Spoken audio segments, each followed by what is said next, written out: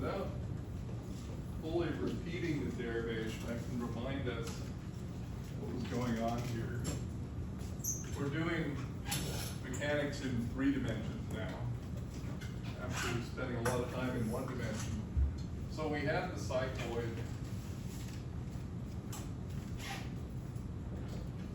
and we'll see this thing comes up in unexpected places, but it has a really nice derivation or generation, if you want. You just roll this wheel forward,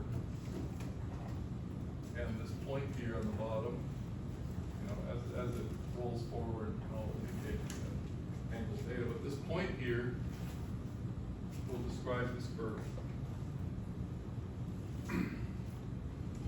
And at this point, because we took a radius r, this point on the x-axis will be 2 pi r, and this point on the y-axis, well, that's going to be 2r. Should I do a better one? Slightly better. We get the idea. It's going to come out.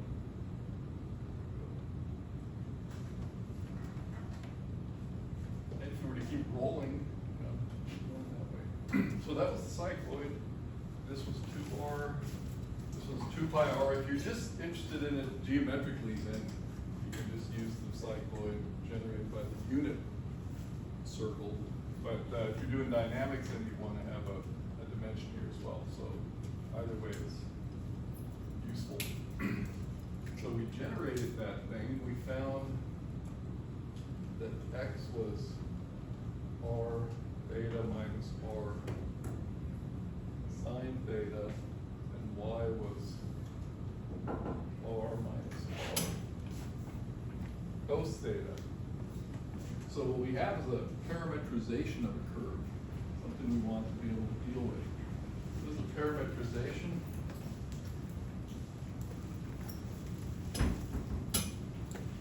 And the parameter theta runs from 0 to 2 pi. Parameter theta runs from 0 to 2 pi, 0 less than or equal to theta.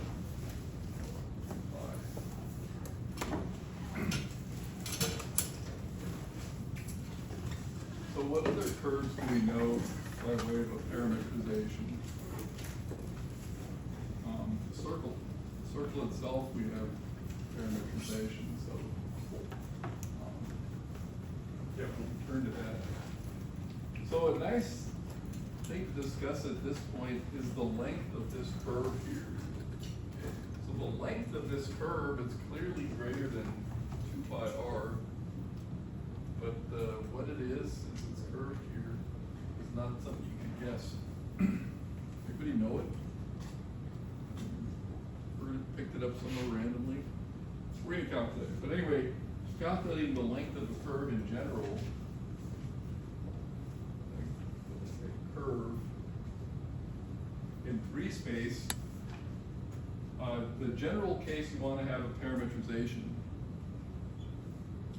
and we'll just call it r. And the parameter, instead of t for time, we'll just say r of tau. And you know, you've got 0 less than or equal to tau less than or equal to whatever. Or I can say a less than or equal to tau less than or equal to b or something. That's actually better than have some interval, not necessarily starting with 0. Okay, so you've got the length of that curve, but we can remember, since we're physicists, you know, v dt would be the distance traveled. In fact, say you had a velocity vector of this magnitude integrated over time, that would give you the length of a curve. So that gives us an idea here.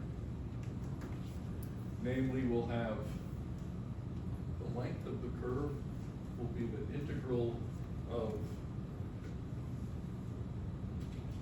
this dr d tau magnitude d tau from A to B, and that'll be the length of the curve from A to B. And you can see that this is actually just the limit of the summation. If we were doing length approximately summation over a bunch of delta R's. And when we were doing contour integration, we came really naturally to this idea as well. So yeah, suppose we had some curve whose length we want, and then we would start approximating it with these little segments. Those would be our little delta R's.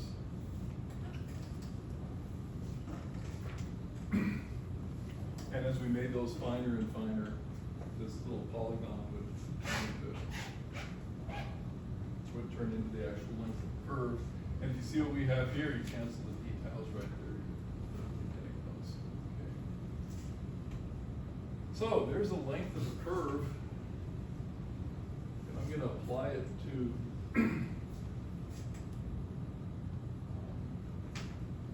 yeah, I'm going to apply it to the circle, first of all. The unit circles, or just the circle radius R, just to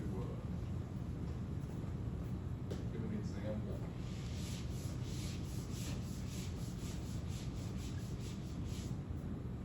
So, example, and we can do any arc length this way. So if we're on the circle of radius R, we can say R is equal to R cos theta,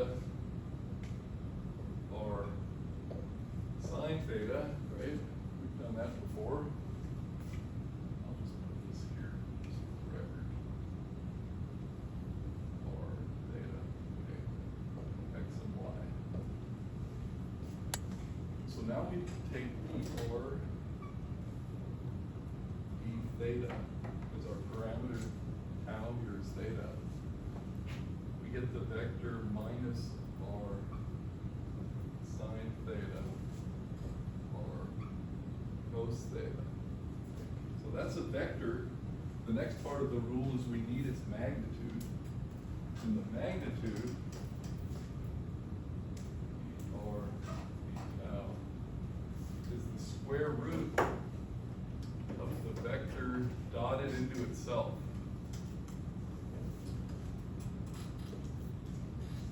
This is going to be a trivial one, but I get to do the easy ones and assign the difficult ones. Okay. So now we have to take the dot product of this thing with itself, and I'll write it out. We'll have R squared sine squared theta plus R squared cosine squared theta.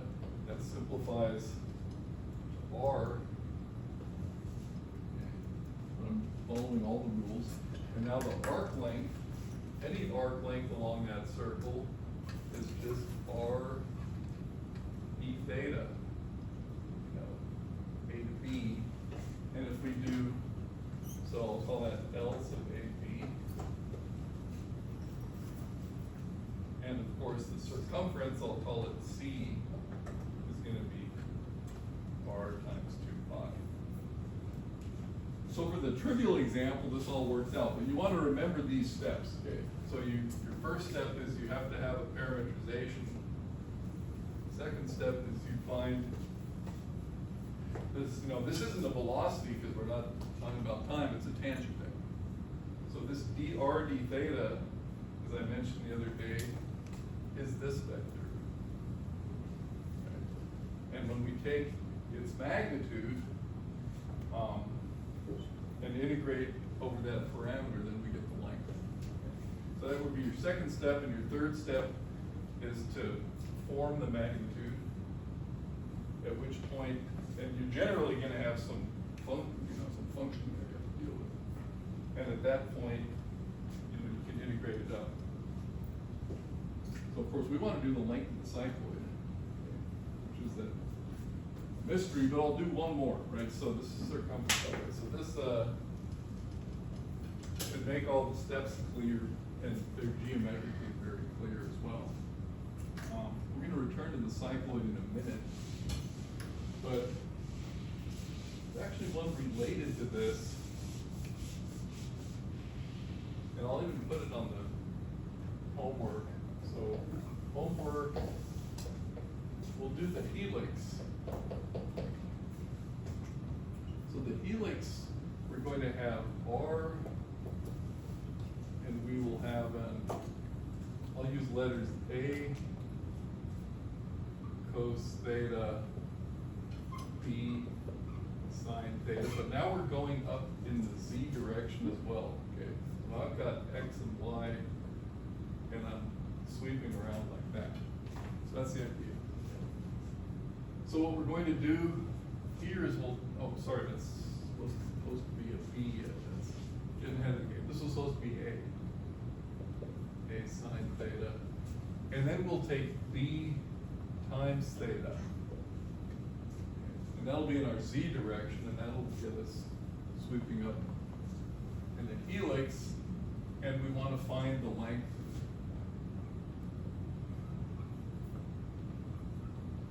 of the helix.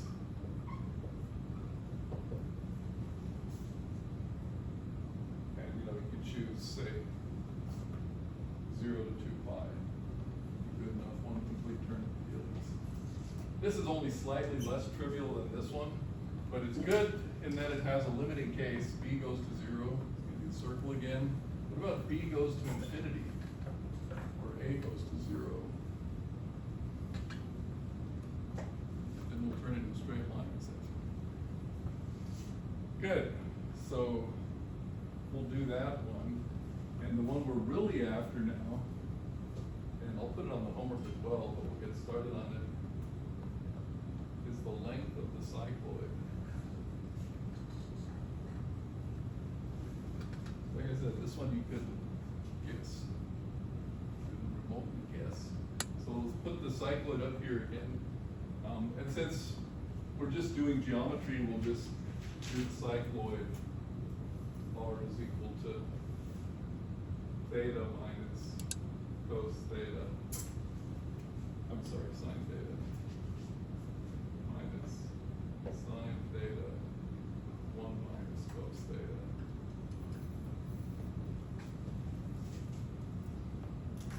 And if we multiply it by R, we just get proportionality. So the question is, how do we go about doing this one here? We're just going to follow these steps. So we have this step here. We now need the dr d theta. We have 1 minus cos theta sine theta. So we're no longer going to have a trivial integrand. Okay? And the next step, remember, the dot product of this thing with itself is just first square of the first plus square of the second component. Right? So yeah, just take it through this next step here. You get a non-trivial integrand, but if you play around with it a bit, look for some trig substitutions, you can find it. And the interesting answer is it's a whole number. I think you're rolling out some 2 pi device here, and yet the answer is a whole number. That's why I said you could have never guessed it. You thought it was going to be pi over e or something like that, right? But in fact, it'll be a whole number. And we could estimate it in the sense we've got 2 pi here and 2 here. So it's a whole number that's less than 2 pi plus 4. Right? It's less than, obviously it's less than that length. But what it is, you guys will find out. Good. I don't know if this should be this week or next week. We'll decide later. Maybe. Now, are you guys familiar with any other length of a curve formula? It's kind of a more elementary one. I remember there was a specific arc length integral. I don't remember what it was. Yeah, let's generate that out of this right here. I think there's one that we often learn before this one. This is the more general one when you have a parametrization.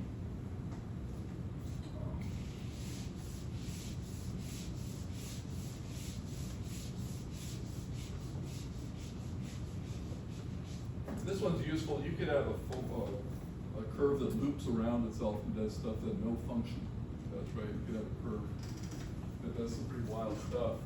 But for functions, we often have the following.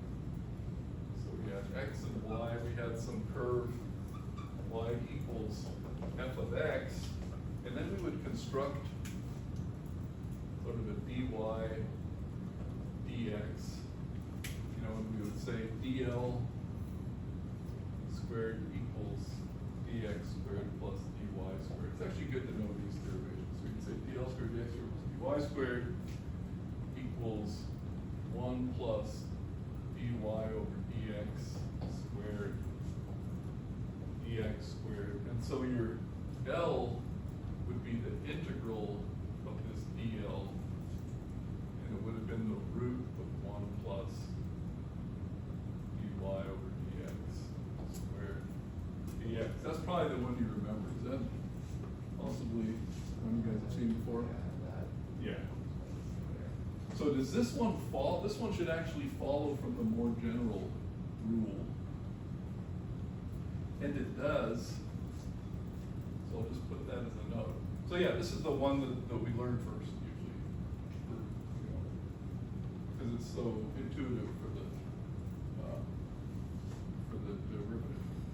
But if you have, if you take it to be x f of x as the parametrization.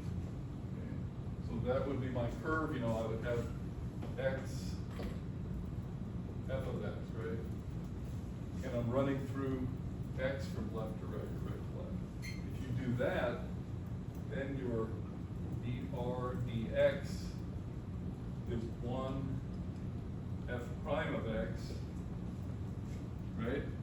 And then the next step in our progression would be, I'll put that here.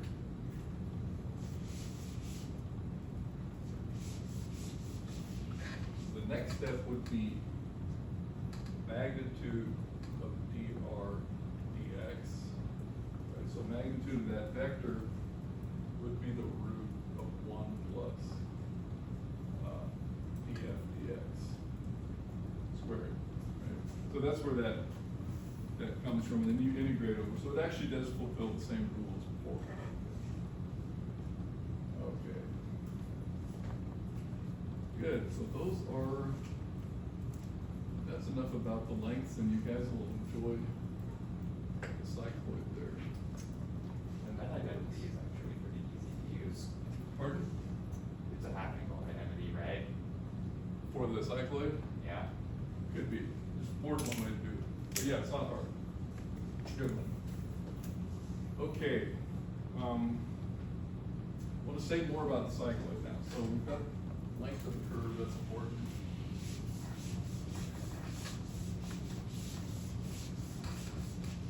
So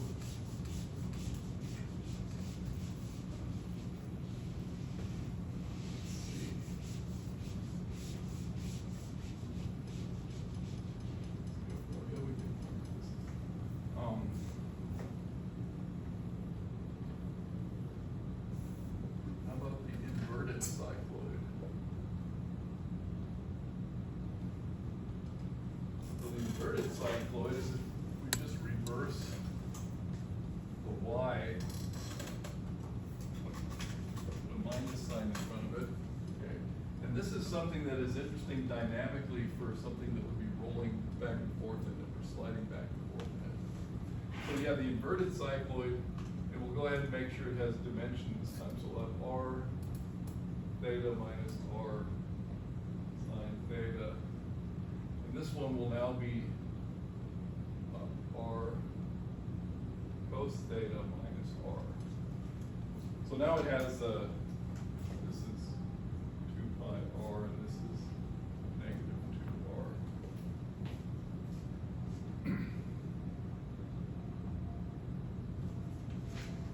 suppose an object is moving around in this thing. Say you have a cycloidal shaped track. You have a track shaped cycloid, something's gonna slide down around this. And you want to be able to construct its kinetic energy and its potential energy. So yeah, we'll even put G here. And now we have something sliding around in the cycloid. So how do we construct its kinetic and potential energies? So, good. So let's say for an object moving in the cycloid, call that sliding in there, what it was doing. Kinetic energy. We always start with our fundamental definition, but now we have a half m x dot squared plus y dot squared. But we have parameterization, so we have to think of theta equals theta of t.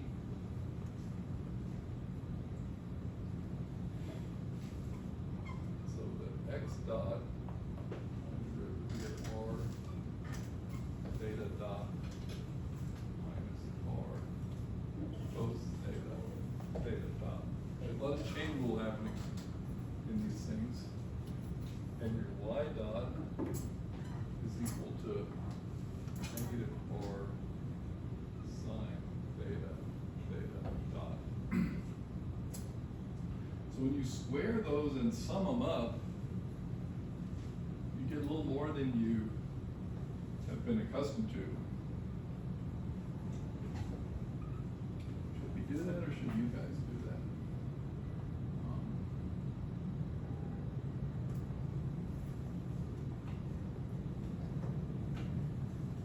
Yeah, let's do it. Let's do this. There's more to be done with this. Okay, so we're gonna square this and sum it up, so we're gonna have x dot squared plus y dot squared.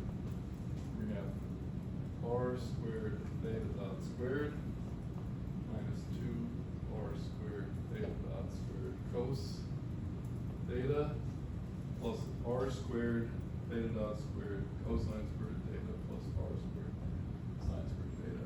So we're gonna just get another plus r squared theta dot squared. Okay, this is sine squared plus cosine squared theta. And we can have r squared theta dot squared.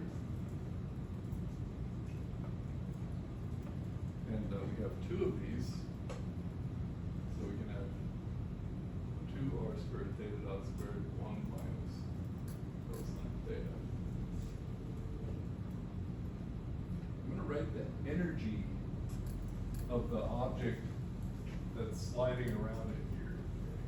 I'm going to write the energy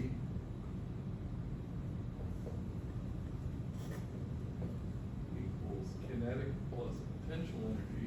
And I'm going to write it using this expression right here. So I'll make it a little room for myself. We have that right there. So we're going to have 1/2 m. And now I have a bunch of stuff here, but I want to factor off this theta dot squared. So I'm going to have a 2r squared 1 minus cos theta dot squared. This is going to be the standard form that we always try to achieve. Even though I have the 2 and the 1/2, we don't want to cancel it, right? We want to have the 1/2 m velocity squared there. And then the potential energy would just be mg, whatever y was. Okay, so mg r cos theta minus r.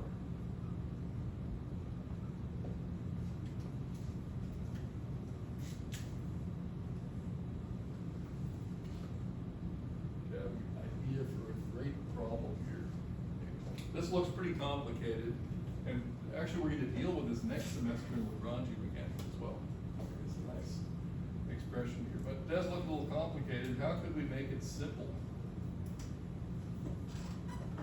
suppose we wanted to know the frequency of small oscillations about the local minimum. That's kind of the theme these days, right? If we wanted to know the frequency of small oscillations about the local minimum, you could say, well, just find the curvature here, right? Find the second derivative. But we don't actually have y as a function of x, right? We have x and y as functions of theta, so we can't just knock that out immediately. But the other thing we could do, and I think I'll assign this as a homework problem too, and get started on it. We could say, let's get the energy of this thing when we're right here in the vicinity of that local minimum. Because then we'd have to do Taylor expansions of this thing not at theta equals 0. Remember, we're always doing the Taylor expansions of cosine and sine at theta equals 0. This time we would have to do the expansion at pi. Okay. But we should, and we will, we'll get 1/2 times some number times theta squared, or the new angle. I'll fill all these things in for you. So first of all, you want to be able to do what I just did and put this together here. Right? That's an important skill. And now we want to analyze this thing. See, this curve actually has more properties than we can just guess at. If we find a period of small oscillations here, say the period, later analysis that we'll do next semester would show that this curve actually has amplitude independence period of oscillations. If you count the oscillations for this thing swinging around here, it's the tautochrone. And it's also the quickest descent curve. It's the brachistochrone as well. This is a really famous curve. So we're just taking it step by step. And we just got it by unrolling a wheel. So yeah, that terminology I'll bring back. But here we have something good. This is the energy. Now here's what we're trying to do. So I'll put this as a homework, and when you guys work this, you can take it from the top. We want to find the frequency of small oscillations.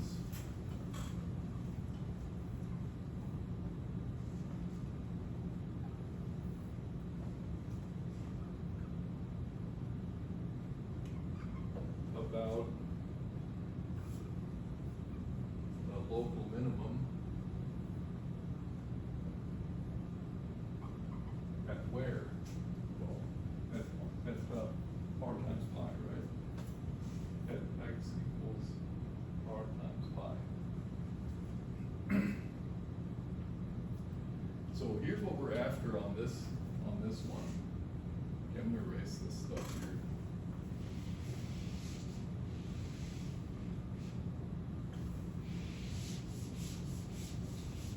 Leave that up there too. Okay, so this is just energy. Remember the following situation.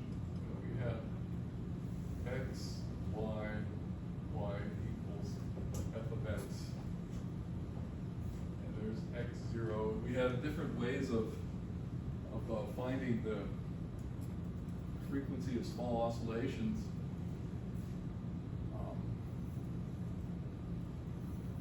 So if we were to let z equal x minus x0, that would just be a shift of the origin, right?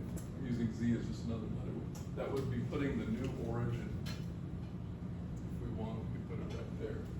Right? Then the energy of a small oscillating system looks like this: 1/2 m z dot squared plus 1/2 k z squared, right? So the point is, if we can put this system into that form, and in that case, it doesn't have to say m and it doesn't have to say k, it has to be 1/2 this, 1/2 something else. Then that omega squared, did I say period? Frequency is fine, right? Then that omega is root k over m, of course. But in the general case, it's the root of whatever is in this parentheses divided by that one. Okay. So that's why the analysis just has to go to a certain point, and when we recognize that we have that form, then we're done. We don't have to take any more steps. Okay. So this is very similar to, you know, when you take the second derivative at the minimum, except there's a little more work involved. Well, a little different type of work involved. Okay, so that's the plan here. And I'll get us started on this. So follow the hint. We have to expand around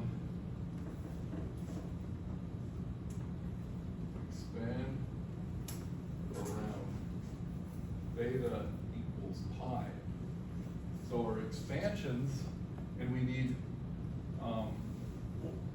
a second order expansion here around theta equals pi, and then we can let our new angle, let phi be equal to theta minus pi, because that'll be our small quantity. When we do that here, it's going to be even simpler. Okay.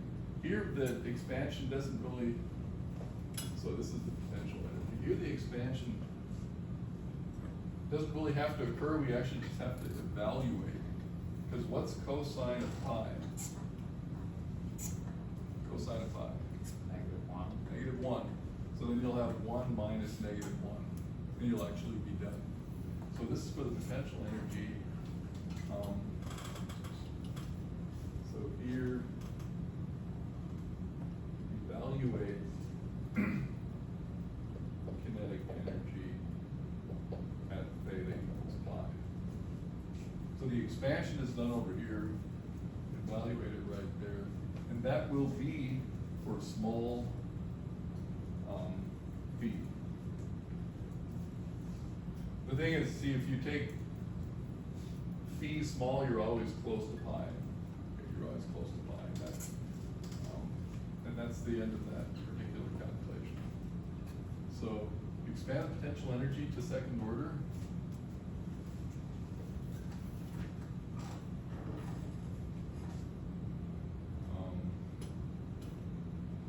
Just insert that other thing in here, and then you're going to replace, see, then phi dot is equal to theta dot, right? So that replacement, the energy replacement for small oscillations is really smooth. Okay?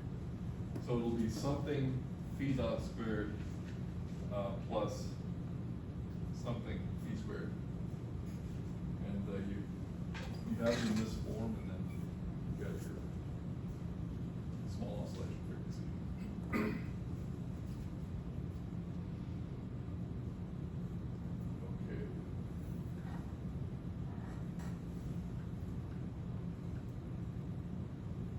Yeah, so we're always, anytime we have a new function, we're going to have small oscillations in its local limit. Okay, now, let's see. More to come with the cycloid. So I want to go to differential equations now. So I'll erase this here. Inverted cycloid. We're going to encounter the cycloid again. Yeah. Can I erase this?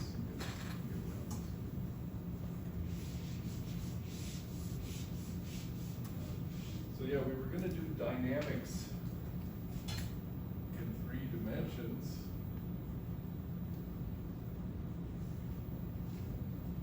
And it usually turns out to be 2 dimensions, but it's all right. So let's go back to our Newton's law in its general form. We have force as a function of position, velocity, and possibly explicit time as well.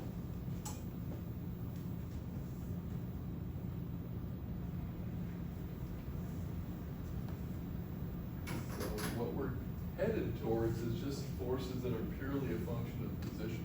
We spend a lot of time on that, but there's a really nice example that we have to spend some time with. is this one, you guys? Do you remember the force on a charged particle in E and B fields? So we would have QE plus QE cross B. That's immediately pretty wild, right? Cross product. You guys remember the name of this one? Lorentz force? Lorentz force, yeah. So yeah, that's that velocity dependent force.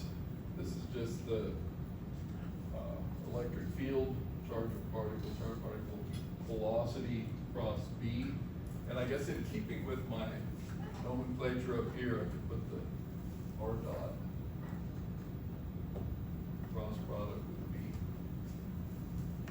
So what the one we're going to tackle is very interesting. So we'll take X, Y like this, and we're going to let E equal E times J hat. I'm going to use that for the Y direction. We're going to have a uniform field. I'm not going to put a subscript on it, but E is constant. We're going to have a uniform field pointing up in the Y direction. And we're going to let B, I have to remind myself here. Yeah, for a positive, yeah, we're going to let B equal also B constant Z hat, or mixed metaphors, K hat. K hat, B is also equal to constant. So yeah, in pictures here we have the electric field pointing in this direction, and we have the magnetic field, coming out in this direction in all of space. Okay, so if that's what you have here, here's a really interesting fact. When you release a point charge from rest at the origin, its trajectory is going to be a cycloid like that. You'd never guess that in a million years. Its trajectory is going to go up here, it's going to come down here to a momentary stop, right? These cusps, and then it's going to do that at so we're going to prove that. We're going to calculate that. It's a fun one. Did I get the V right? So yeah, V cross B. So I'm crossing. So you can actually see, if I release it from rest, initially the E field is driving it up in Y direction. And as it drives it up in Y direction, that cross product is pushing it over this way. And it pushes it all the way back down here. So if you start from rest, it'll have a cycloidal motion. Now that's a worthy homework problem, and we'll set that one up together too. This one is definitely going over to next week. We'll make our call there. And more generally, so this is if you start it from rest at the origin. More generally, it'll actually have this kind of, say you didn't start it from rest. It'll have that kind of a path. But for our problem, we'll adjust the initial conditions so that we get this one here, and then we'll recognize our cycloid. Except now the cycloid is going to have all this dependence on E and B, and Q and M, as opposed to, the cycloid won't have R in it, obviously, right? The cycloid will have these things in there, but they'll be combined into radius. So for a particle released from rest at the origin,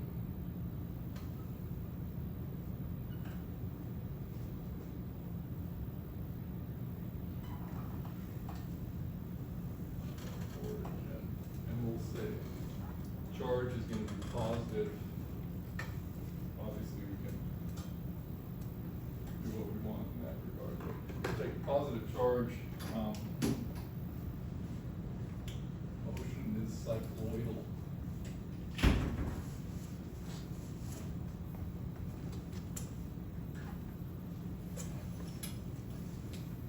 So this is gonna take several steps of setting up. It's not that bad though. But I think everything is stated here, right? This is a nice example, very general, doesn't have explicit time dependence. By the way, if you have E and B themselves can be functions of position and time, right? So in that full generality, you would just go and knock out the solution at all. But here, if they're both constant in this crossed form, E pointing up, J hat, B out, and K hat, then we will get an interesting result. Well, so we'll get started setting this one up. We're in no hurry on this one. How many of these problems are gonna be for this week anyway? We've got 7 for this week, because you're rolling this one over to next week. This one I'm rolling over next week. What about the length of the, we probably get the length of the cycloid this week too. It's only Wednesday. So is this the first one after the length of the cycloid? The length of the cycloid was the 6th problem, and the 7th one was the frequency of small oscillations about the local minimum of each versus cycloid. Good, we'll put that frequency in the next week as well. Okay, so that. So just we'll cap this one for length of the cycloid, because we also had the exam problems. And then, yeah, this will be a great set. So there, that frequency here, this is a great problem. This one I'm gonna set up for you since we have a couple minutes, or we'll get started on it. It turns out that this is all gonna be linear differential equations with constant coefficients. This is gonna be, it's the kind of problem we can do very systematically. So that's what we'll do, setting it up. So yeah, the first thing we would do would be to write this out in components. Okay? So we'll have M, Y, and Z second derivative. And you'll see we have, this one is in the Y component, so this would be QE. But these other ones, we have to find out what is QV cross B going to be. So we haven't filled this in yet. And now Q R dot cross B, we're gonna have a Q out here, and we'll use the determinant formula for cross products. And this would be B sub X, B sub Y, B sub Z, B sub X, B sub Y, B sub Z, B sub Z, right? That's how we go about finding, and we would have I hat, we'd have Q, V, Y. In fact, that I can ditch the Z here, right? We're gonna call it B, okay? So, in fact, let me be consistent here and use the X, Y, and Z dot this time. I'll have to rewrite, okay, so X dot, Y dot, Z dot. Good. Okay. So I have Q, Y dot B, J hat, Q, X dot B with a minus sign, minus X dot B, and K hat, 0 and 0. Nice. 0. So now we have Q, B, Y dot, and here we have minus Q, B, X dot. What are we gonna do about this third one here? This is 0. If we want, we can completely suppress the motion of Z altogether. If we don't suppress it, we know, so if Z double dot is 0, then we still have a, we still have the Z of t, okay, would be V sub Z0 t plus Z sub 0. We know that right away, but we can suppress that if we want. Simply because the second time through it's going to match right there. Good, so we can take this one or leave it, we don't have to worry about it. All the work that we have to do is going to be on this one.